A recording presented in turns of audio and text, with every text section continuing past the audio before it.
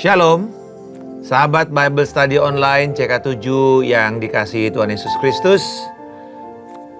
Kembali lagi kita bersyukur untuk anugerah dan rahmat yang melimpah yang Bapa berikan kepada kita di dalam anaknya Tuhan Yesus Kristus. Satu penyertaan yang begitu sempurna dan juga kita dipanggil sebagai hamba-hambanya yang melayaninya.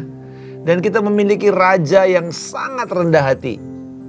Walaupun dia raja, tetapi dia begitu rendah hati. Dia tahu bagaimana untuk dia hidup melayani kita. Nah saudara-saudara, hari ini kita akan belajar dari Lukas pasal yang ke-17. Pengajaran tentang kerajaan Allah. Dan saya beri judul Raja yang Rendah Hati. Marilah kita siapkan hati dan pikiran kita pada hari ini. Oleh penyembahan kita datang sungguh untuk kita menyenangkan hati Bapa. Kami mengucap syukur Bapa pada saat ini. Terima kasih Engkau memanggil kami sebagai hamba-hamba-Mu. Kami bersyukur Tuhan bahwa Engkaulah Raja kami. Raja yang telah datang dan melayani kami. Bahkan menjadi taat sebagai hamba sampai mati. Oh kami bersyukur, naikkan syukur-Mu kepada Tuhan pada saat. Muliakanlah Yesus, Raja kita yang agung. Oh Raja yang rendah hati. Terima kasih Tuhan. Oh haleluya. Thank you Jesus.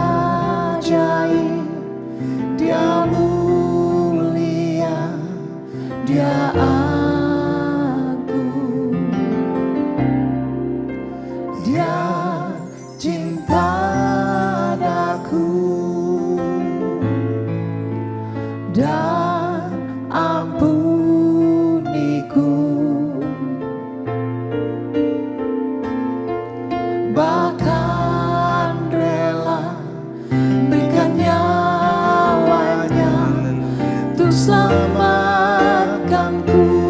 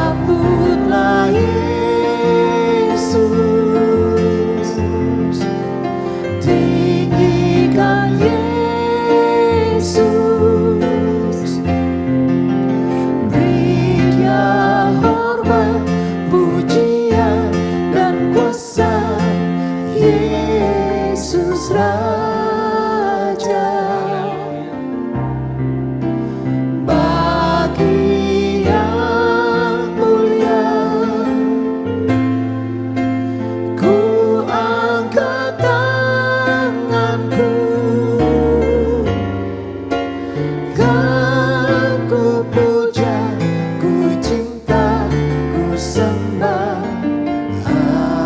Haleluya. Kan ku puja, ku cinta, ku sembah. Haleluya.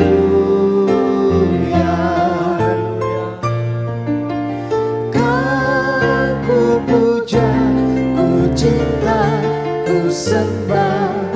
Haleluya.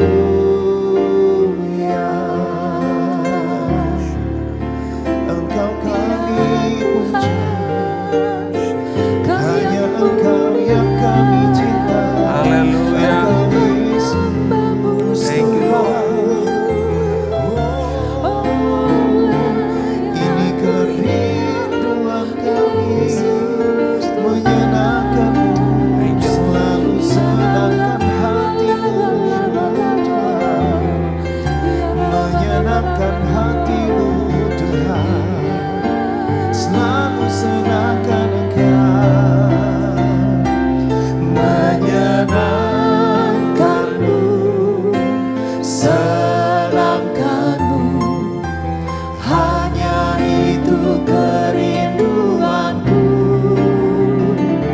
Menyenangkan-Mu, senangkan hati-Mu, hanya itu kerinduanku. Menyenangkan-Mu, senangkan-Mu, hanya itu kerinduanku. Haleluya, benar Tuhan. Menyenangkan-Mu, senangkan hati-Mu, hanya itu kerinduanku. Menyenangkan-Mu, senangkan-Mu, hanya itu kerinduanku. Menyenangkan-Mu, senangkan hati-Mu, hanya itu kerinduanku. Hanya itu kerinduanku. Hanya itu kerinduanku. Thank you, Lord. Terima kasih Tuhan. Kami sebagai hamba-hamba-Mu hidup untuk berkenan dan menyenangkan Tuhan yang kami layani. Dan biarlah dengan kerendahan hati sebagai ciri utama hamba Tuhan di dalam kerajaan-Mu. Dan Engkau telah perlihatkan itu.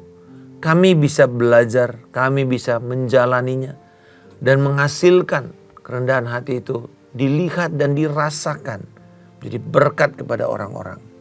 Di dalam nama Yesus. Mari Roh Kudus, terangilah pikiran kami dengan kebenaran firman-Mu ini. Dalam nama Yesus. Amin. Sahabat sekalian, sebagaimana tadi saya berikan judul Raja yang Rendah Hati. Ini adalah nilai-nilai kerajaan, etika kerajaan Allah yang diajarkan oleh Yesus Kristus sebagai rajanya. Nah, Lukas 17 ini dibuka dengan Tuhan Yesus sedang menuju Yerusalem. Dan dia pergi ke Yerusalem, kita tahu, untuk memberikan hidupnya sebagai tebusan bagi orang-orang berdosa. Dan Yesus sudah 3 kali meramalkan, menubuatkan tentang persidangan, tentang nantinya apa yang dia akan terima sebagai hukuman, lalu kemudian disalib dan kebangkitannya dari antara orang mati. Nah, di dalam perjalanan menuju Yerusalem ini kita menemukan Yesus melakukan hal-hal yang sebenarnya sangat biasa dia lakukan. Yaitu mengajar tentang kerajaan Allah, melakukan mujizat untuk menegaskan sebagai bukti yang otentik kerajaan Allah yang dia beritakan itu bukan buatan, bukan palsu.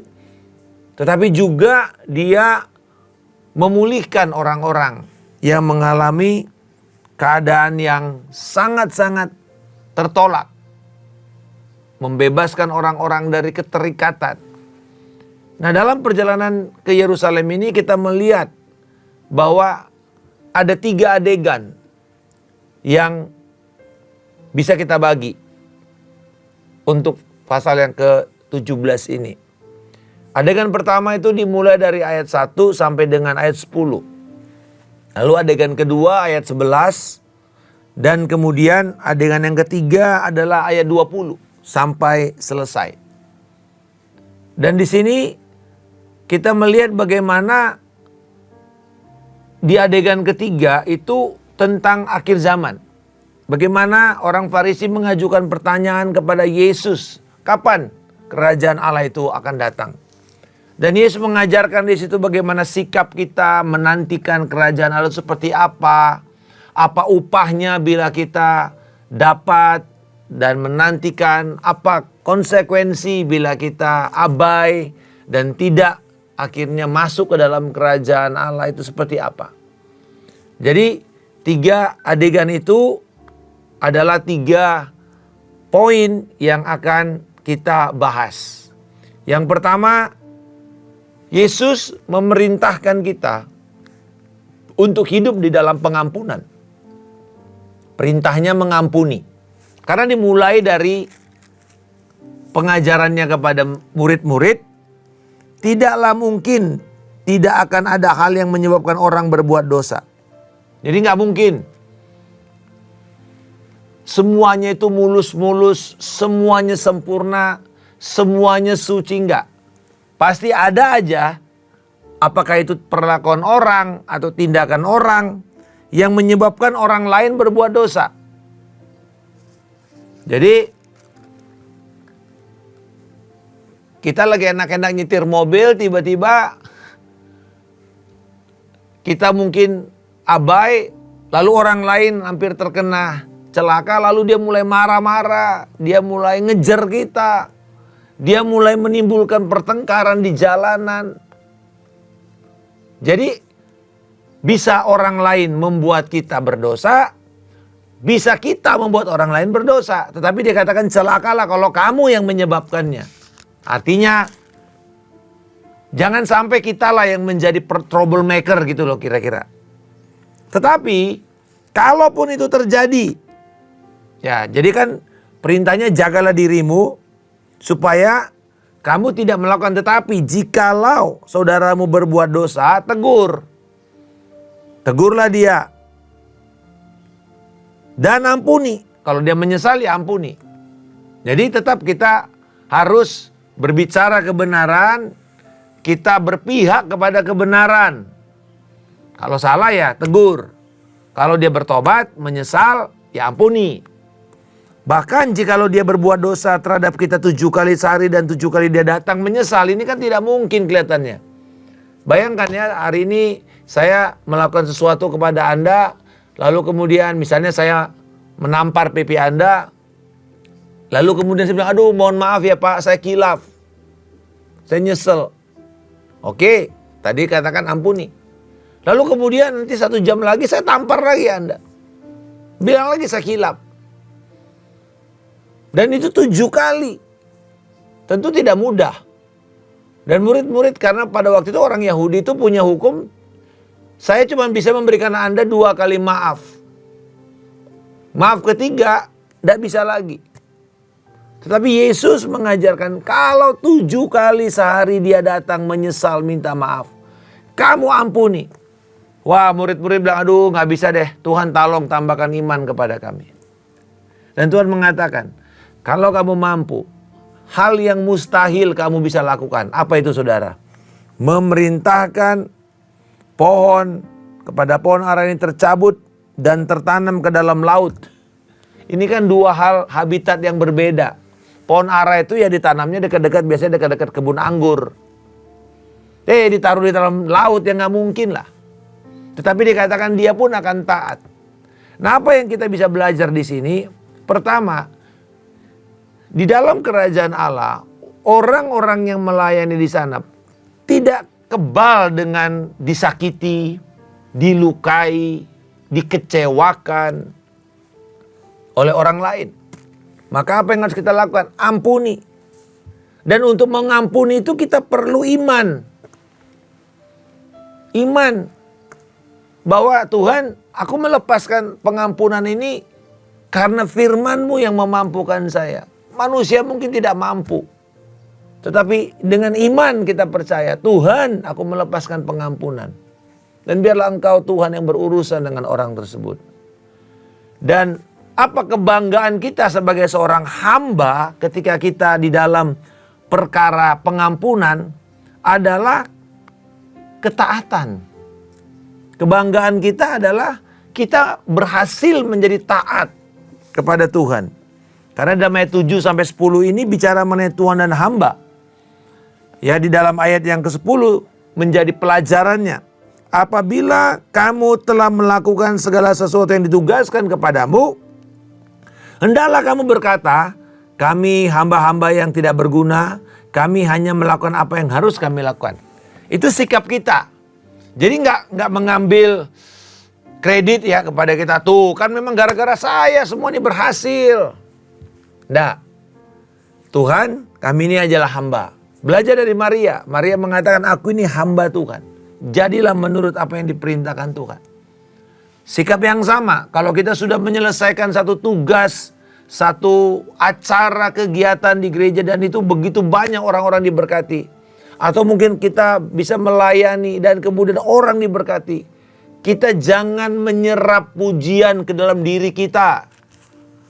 Kita harus pantulkan itu kembali kepada Allah dan kepada orang-orang yang juga bekerja di balik layar yang tidak kelihatan.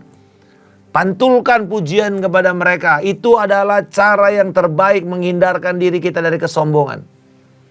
Cara terbaik membangun kerendahan hati. Ketika kita menerima pujian, jangan seperti busa cucian yang menyerap semua air itu. Jangan.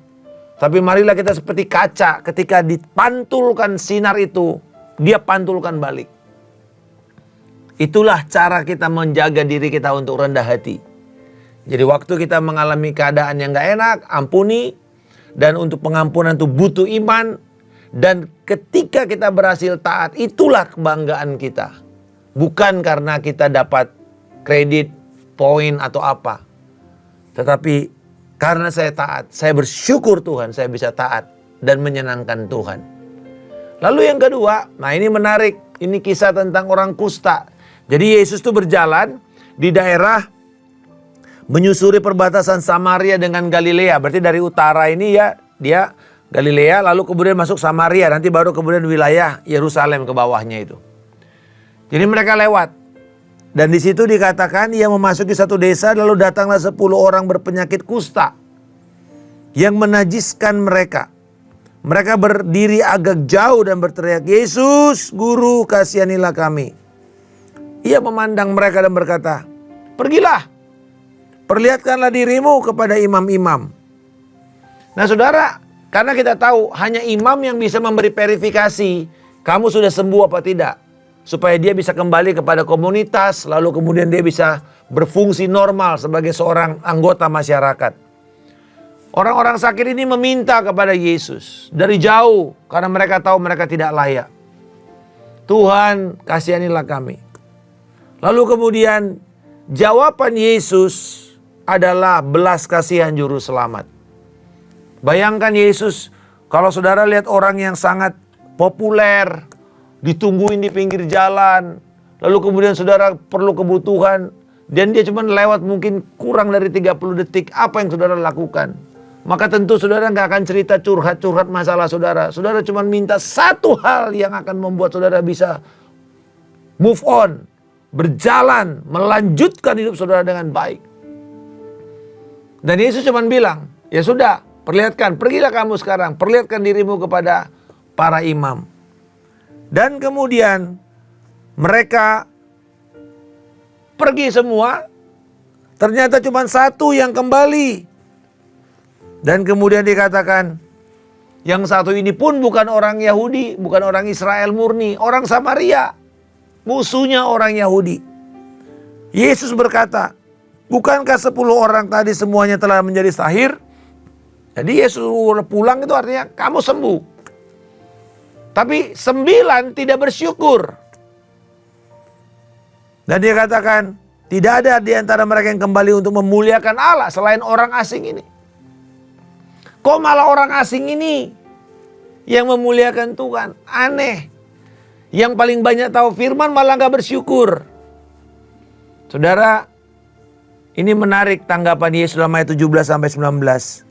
Bagaimana Yesus mengatakan kepada orang tersebut bahwa imanmu yang menyelamatkanmu, bukan latar belakang etnismu. Yesus mengatakan sebagai orang Samaria sebenarnya dia tidak layak mendapatkan kebaikan Tuhan menurut konsep orang Yahudi. Tapi ingat, Injil Lukas ini adalah Injil yang ditujukan kepada orang asing, orang-orang yang bukan orang Yahudi. Jadi di situ Yesus melihat bahwa orang asing ini pun layak untuk menerima kasih karunia Tuhan. Kira-kira di sini yang jadi pahlawan siapa? Jadi orang jagoannya siapa? Yang dapat pujian siapa? Orang asing. Orang asing yang memuliakan Tuhan. Jadi saudara-saudara, sebagai seorang hamba, pertama, kita hidup dengan roh yang mengampuni. Segera mengampuni. Dan untuk pengampunan memerlukan iman. Dan kalau berhasil, itulah kebanggaan kita. Kita bangga bisa mentaati firman.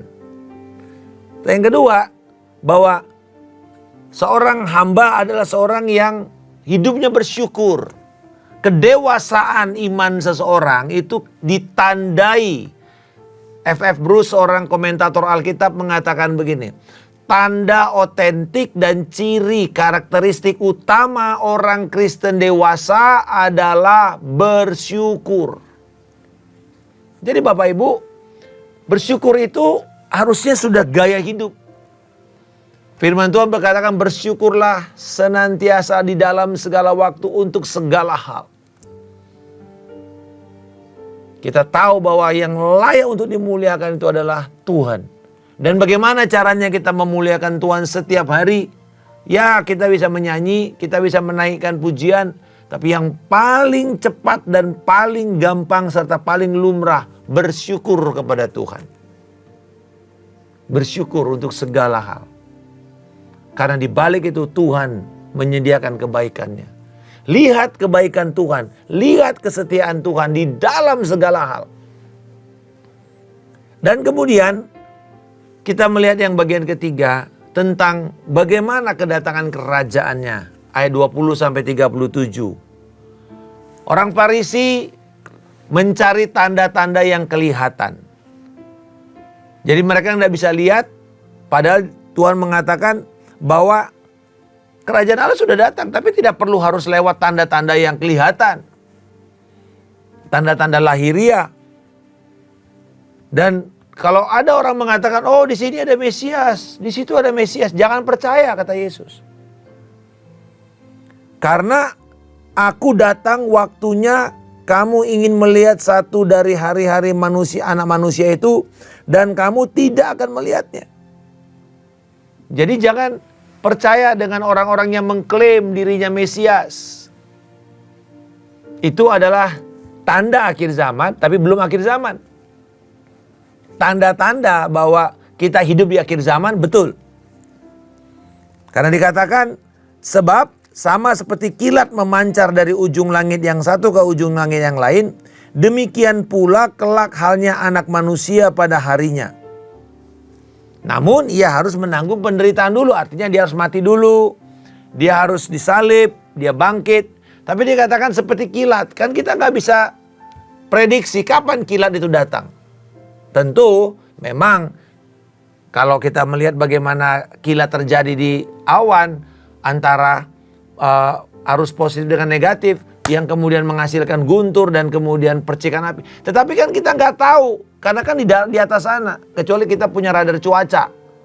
Tetapi saudara-saudara, bayangkan pada waktu itu kan belum ada semua teknologi itu. Dia cuma mengatakan kilat itu adalah sesuatu yang unpredictable. Kita tidak bisa duga kapan. Kadang-kadang ya lagi terang, tiba-tiba kita lihat ada kilat kan. Nah saudara-saudara, di sini orang Farisi mencari tanda lahiriah. Padahal Tuhan mengatakan tidak. Dan kalau kamu gak hati-hati, kamu bisa kelewatan. Tetapi kalau kamu murid Kristus, kamu pasti tidak kelewatan. Nah ini menarik, janjinya ayat 22 sampai dengan 25. Ia berkata kepada murid-muridnya. Nah jadi ini sekarang kepada kalian para murid-murid Kristus katanya. Akan datang waktunya kamu ingin melihat hari manusia itu. Tetapi nanti dia datang dengan tak terduga. Namun kamu akan melihat dia datang dari pertama penderitaan yang dia alami. Yang ditolak oleh orang-orang zaman ini. Jadi kamu gak akan mungkin kelewatan. Dan sayang, ada satu yang kelewatan. Yaitu Yudas. Dia bunuh diri. Murid-murid menolak Yesus pada waktu dia disalib. Tetapi ada yang tidak kelewatan, yaitu Yohanes, Maria.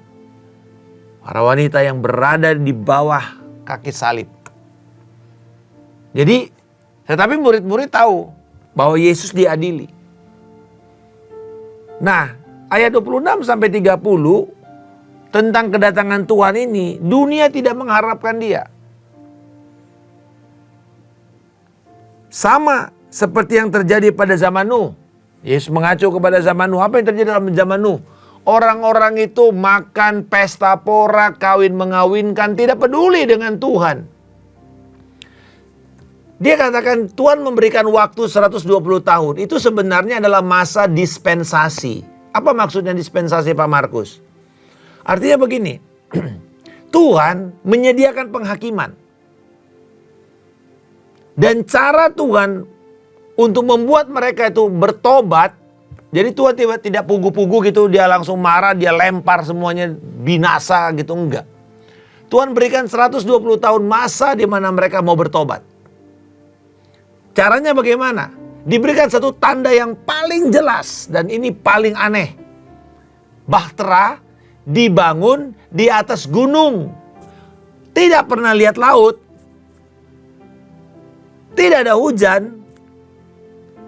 Dan Nuh membangun bahtera. Kan ini aneh. Makanya orang-orang itu berusaha untuk menekan Nuh. Bahkan di dalam nuansa bahasa Ibraninya dibilang ini, Nuh, berani-berani kalau kamu masuk ke dalam bahtera itu, kita bunuh kamu dan keluargamu. Jadi ini Nuh itu sebenarnya sedang berkhotbah tentang penghakiman Allah dengan cara membangun bahtera itu. Hal yang sama sekarang. Dan kemudian dia katakan juga mengenai perumpamaan Lot. Lot, mereka makan, minum, mereka berjual beli, menanam dan membangun. Pada hari Lot keluar, turunlah hujan api belerang. Demikian juga dengan anak manusia. Jadi saudara tahu, di dalam Sodom Gomora itu kan orang-orang itu berpesta pora dengan segala keberdosaannya. Sama dengan Nuh juga. Dikatakan hati mereka berbuahkan kejahatan semata-mata. Jadi hati manusia begitu jahatnya di dalam Kejadian pasal yang ke-6.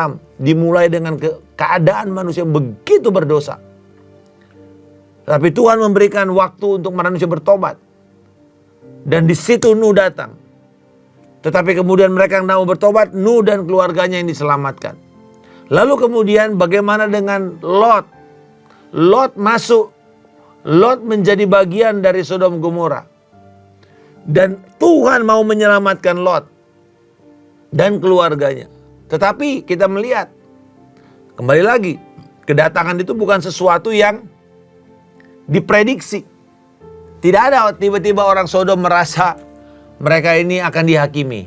Allah yang mengatakan dosa Sodom sudah naik ke atas dan siap untuk mendapatkan penghakiman. Jadi Bapak Ibu, jangan saudara merasa gini, gak apa-apa kok saya berdosa, gak ada efeknya juga, gak ada konsekuensinya juga. Di dalam kitab Pengkhotbah dan Ayub, ada satu prinsip bahwa dosa itu seperti titik-titik hujan yang naik ke atas, titik air, lalu dia menjadi awan gelap. Tinggal tunggu waktu dia jatuh kembali ke bawah. Jadi apa yang kita tabur akan kita tuai. Dan penghakiman Allah itu datang pada waktunya. Demikian juga dengan kedatangan Tuhan. Akan datang pada waktunya. Dan ini tidak diharapkan oleh dunia. Demikianlah. Nah itu kan, jadi dia bandingkan antara kisah Nuh, kisah Lot. Demikianlah pada hari Anak Manusia dinyatakan. Siapa saja yang ada pada hari itu sedang berada di atap rumahnya, barang-barang ada dalam rumahnya, janganlah ia turun mengambilnya. Kita tahu istri Lot lebih mementingkan perkara material, dia ketinggalan menjadi tiang garam. Dia menoleh, dia melihat kepada kenikmatan duniawi itu. Dikatakan, ingatlah akan istri Lot. Nah itu dia, jadi kita mesti diingatkan. Siapa saja yang berusaha memelihara nyawanya, ia akan kehilangan nyawanya. Jangan lihat ke belakang. Jangan terbuai dengan tipu daya duniawi. Lalu kemudian apa yang diinginkan? Ayat berikutnya dikatakan bahwa kamu harus bersedia menyangkal dirimu. Maka kamu akan menemukan keselamatan itu. Siapa yang tidak mempertahankan nyawanya demi Kristus, kamu akan mendapatkan kehidupanmu. Lalu akhirnya ditutup dengan gambaran kedatangan Tuhan ini. Siapa yang melewatkannya akan binasa. Ayat 34-37. Aku berkata kepadamu. Jadi ini adalah pengajaran Yesus. Pada malam itu ada dua orang di atas satu tempat tidur. Yang seorang akan dibawa dan yang lain akan ditinggalkan. Ada dua orang perempuan bersama-sama menggiling. Yang seorang dibawa dan yang lain ditinggalkan. Kalau ada dua orang di ladang, yang seorang akan dibawa dan yang lain akan ditinggalkan. Kata mereka kepada Yesus, di mana Tuhan? Katanya kepada mereka, di mana ada mayat, di situ berkerumun burung-burung nasar. Jadi saudara-saudara,